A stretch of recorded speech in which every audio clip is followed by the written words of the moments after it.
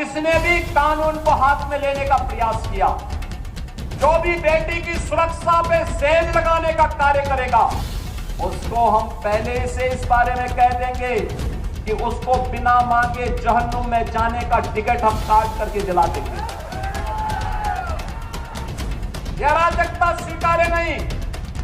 विकास में हर व्यक्ति की भागीदारी जब सुनिश्चित की गई है, ये वही लोग हैं जिन्होंने उत्तर प्रदेश की भ्रष्ट सरकारों के साथ मिलकर के उत्तर प्रदेश के सामने पहचान का संकट खड़ा किया था।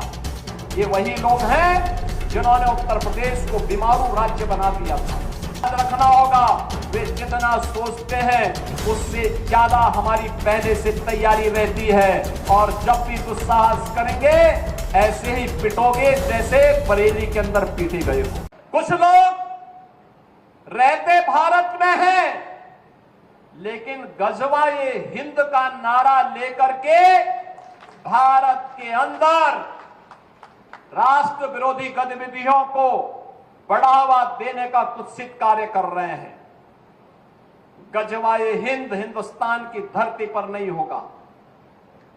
भारत की धरती, ये भारत के देवीय महापुरुषों, अवतारी महापुरुषों, देश के लिए अपना बलिदान देने वाले महापुरुषों के आदर्शों से संचालित होगा। गजवाए हिंद की कल्पना करना भी और उसका सपना देखना भी जहन्नुम में जाने का टिकट का रास्ता पैदा कर देगा। अगर किसी को जहन्नुम में जाना हो तो गजवाए हिंद के नाम पर अराजकता पैदा करने का कुत्सित प्रयास करें, और छद्म रूप में जो लोग इस प्रकार की गतिविधियों में लिप्त हैं वे भी कान खोल करके सुन लें। देर सवेर छांगुर जैसे हाल तो उनके भी होने ही हैं। आपने देखा होगा, यही है ये कालनेमियों का हाल। कैसे छद्म रूप से लोगों में भ्रम पैदा हो।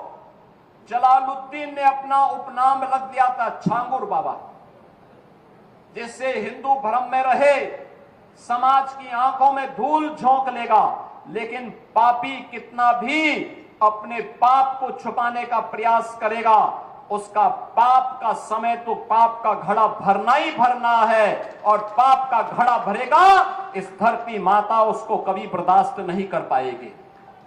और छांगुर जैसे दुष्कर्मियों और राष्ट्रद्रोही तत्वों के द्वारा छद्म रूप से यही कार्य बलरामपुर की धरती से करने का प्रयास हो रहा था।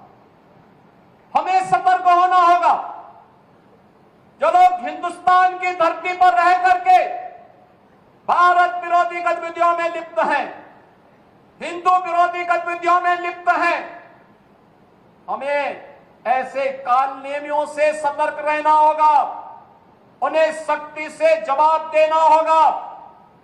स्थानीय प्रशासन और पुलिस को इसके प्रति सजग करना होगा, और समय समय पर इनकी गतिविधियों के बारे में शासन को अवगत कराना होगा, जिससे समय रहते इनकी नाजायज गतिविधियों पर सरकार पूरी तरह नकेल कस सके। जिसने भी कानून को हाथ में लेने का प्रयास किया, जो भी राह चलते हुए राहगीर पर हमला करेगा, जो भी बेटी की सुरक्षा पे सेल लगाने का कार्य करेगा, और जो भी व्यापारिक प्रतिष्ठानों में आगजनी करने का दुस्साहस करेगा, जो भी पर्व और त्योहारों में उपद्रव करेगा, उसको हम पहले से इस बारे में कह देंगे कि उसको बिना मांगे जहन्नुम में जाने का टिकट हम काट करके दिला देंगे।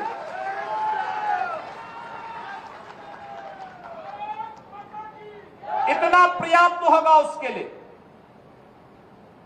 यह अराजकता स्वीकार्य नहीं।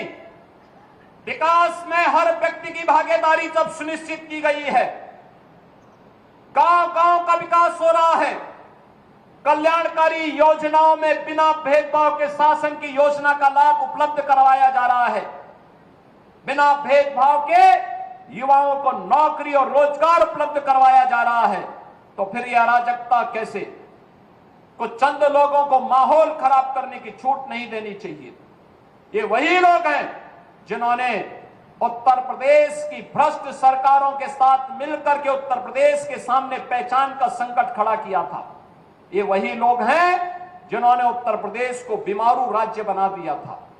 ये वही लोग हैं जिन लोगों के दंगों के कारण प्रदेश में कोई निवेश नहीं आता था, कोई उद्योग नहीं लगता था, कोई विकास का कार्य नहीं हो पाता था। और आज पिछले 8.5 वर्ष के अंदर उनकी मंशा सफल नहीं हुई। अब नए नए तौर तरीके अपनाने का कार्य कर रहे हैं, लेकिन याद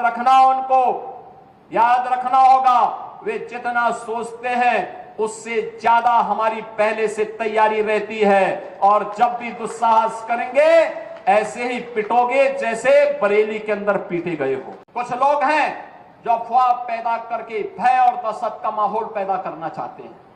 आप देख रहे होंगे ड्रोन के नाम पर, चोरी के नाम पर भय और दहशत का माहौल पैदा किया जा रहा है। जिला प्रशासन ने हर जनपद में व्यवस्था की है, हर ग्राम पंचायत में ग्राम सुरक्षा समिति का गठन किया है। आप लोग भी अपने स्तर पर प्रयास करिए। पुलिस के पेट्रोलिंग तेज हुई है।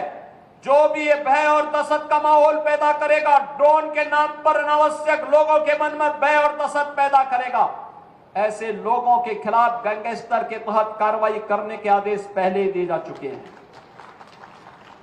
जो भी चोरी के नाम पर भय और दहशत पैदा करेगा, उन लोगों की संपत्ति को जब्त करने के लिए हम लोगों ने पहले से आदेश कर रखे हैं कि ऐसे लोगों के खिलाफ सख्ती से निपटा जाए।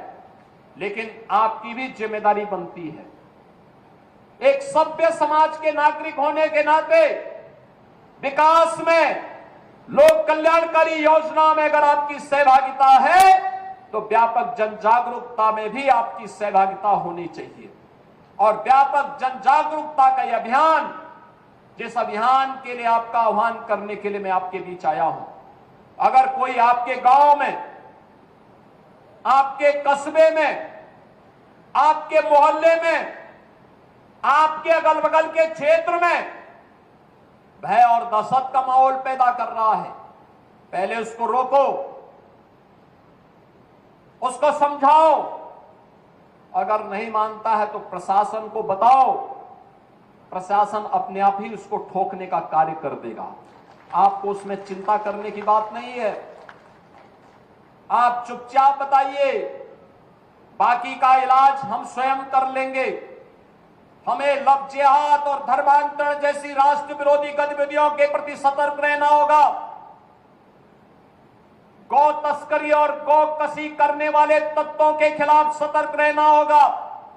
अगर कोई कहीं भूल से भी इस प्रकार की गतिविधियों में लिप्त है, उसकी सूचना ससमय आप पुलिस को और प्रशासन को उपलब्ध करवाइए।